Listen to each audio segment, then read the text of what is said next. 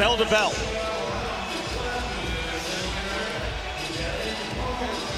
What it'll come down to, Sergio, is how many rounds could you give Fonseca? Maybe not many. Not many rounds, but you know what? He made a good showing of himself. And this was a great title defense for Tevin Foreman. He's staying active. He went the distance. It would have been great if he can get the knockout, but he went the distance. He got the 12 rounds, finished off the year with another title defense, entered 2019 for bigger and better things. Foreman was in control, very elusive. Let me mute it so we can talk. Oh, my bad. Hold on. Wrong screen. Wrong screen. Uses jab.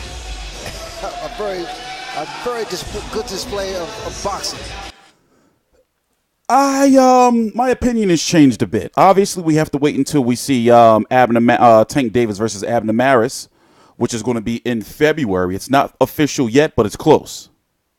I'm TstreeT Controversy. This is TstreeT Controversy Live. I cover every single major fight live. So we're going to listen to Tevin Foreman's post-fight interview, and he's going to call out Tank Davis likely again. Right now, 11:14 p.m. Eastern Standard Time, Saturday, December the 15th, 2018. It's about 4:14 a.m. over in the UK.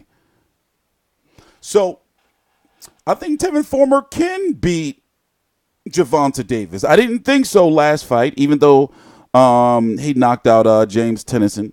I didn't think so after he beat Billy Dib. But now, like, he's prospering from this activity. For example, this is his third fight this year, but more importantly, his third fight in 4 months since August. That's the Eddie Hearn system. However, it's a good and bad thing, gift and a curse, because some fighters may burn out, like Conor Ben kind of burnt out. But in the case of a guy like Tevin Foreman, he is benefiting. Let's watch a little bit of highlights and talk about what's next. His inside game, as you can see, he's very good on the inside. I was upset in round 4. Round 4 is when he transitioned to fighting Francisco Fonseca on the inside. So I was thinking to myself, okay, he does this, in fights every now and then, and I never liked it. Understand, I watch and cover all Tevin Foreman fights.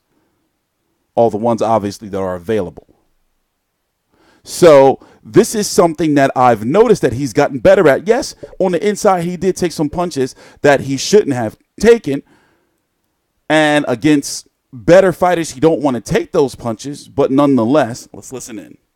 Controversial stoppage. Foreman unable to, although fought beautifully here tonight at the Garden. Francisco Fonseca for Tank Davis, we go to the by the way. Scorecards. One more time, New York, put your hands together for both of these boxing warriors inside I hate this the stuff, ring. but I'm so tired. I'm losing it. I'm so fucking tired. All three judges score this bout the same, 117-111 for your winner by unanimous decision. I'm cool with that. And still IBF Super Featherweight Champion of the World, American Idol, Tevin Foreman. Let's listen to his post-fight interview. That judging seems to make sense. And talk a little bit more about the rankings. It was an outstanding and a reasonably close I like that fight, score. round by round. A competitive, one-sided fight. What do you think, Ray?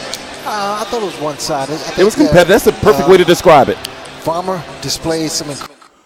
So we're going to talk about what's next, what could possibly be next. He doesn't have a mandatory because, unfortunately, for John O'Carroll, he had a draw.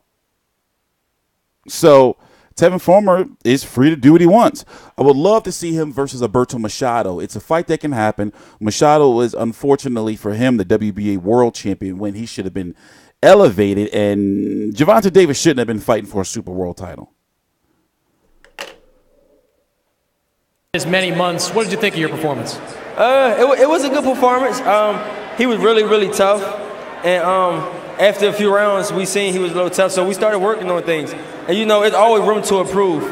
I say C+, B-, but I'm okay with that because if I can have a C+, B-, C+ performance, that means I still have improvement to do, and that's always great.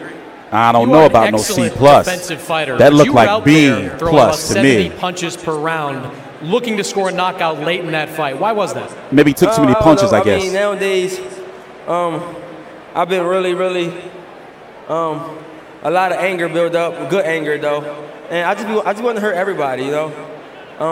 When I'm in the He's been in ring, camp a long I don't time. have no sympathy. Where does that anger come from? A lot of things. He won Gervonta Davis. Anything Say you it, wanna bro. share? Yeah, I do want to share something. I've been on the road this whole year, you know. I came off of getting shot in the hand back last year.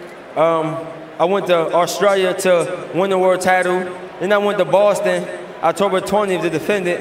And I come to New York to defend it again. So I want to just let everybody know I'll be home in Philadelphia in March. I'm bringing the thing back home, baby. You will be back in March, just a few months away.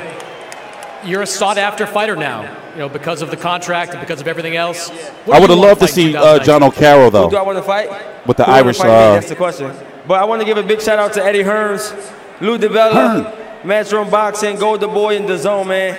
I really appreciate y'all. You're doing a hell of a job keeping the young fighter active that want to be active and stay in the gym. And thanks to my team and my family and everybody. And thanks to Madison Square Garden and everybody that came out to support. Thank y'all. You have been looking for a fight against Gervonta Davis. Is that the fight you want next? Is that the fight that I want? We've been wanting that fight. We moved past him. I fought 3 times this year in probably 4.5, 5 months. So, do he want to fight me? That's the question. We active, like I said, always say, we getting paid. So it's time for him to go fight and stay active, and then he can come see me. Congratulations, Tevin. Thank you, Brian. I'm glad they're doing the right thing and bringing him to Philly on his own card. We need more boxing in Philly, not Atlantic City. I mean, I do like the resurgence of Atlantic City, but we need some boxing in Philly. Also, you know, looking at the 130-pound division, it's just not. I'm trying to look at politics involve a lot of this, right? Miguel Burcho, he is with Top Rank. Alberto Machado is over there, but you can't unify these titles. So Machado would have to drop that title. Gervonta Davis is fighting Abner Maris, and also that's a big political divide right there. Masayuki Ito is fighting at the end of the 31st in a couple of weeks against, who is he fighting? I forgot. Where's he at? But Herring is after him.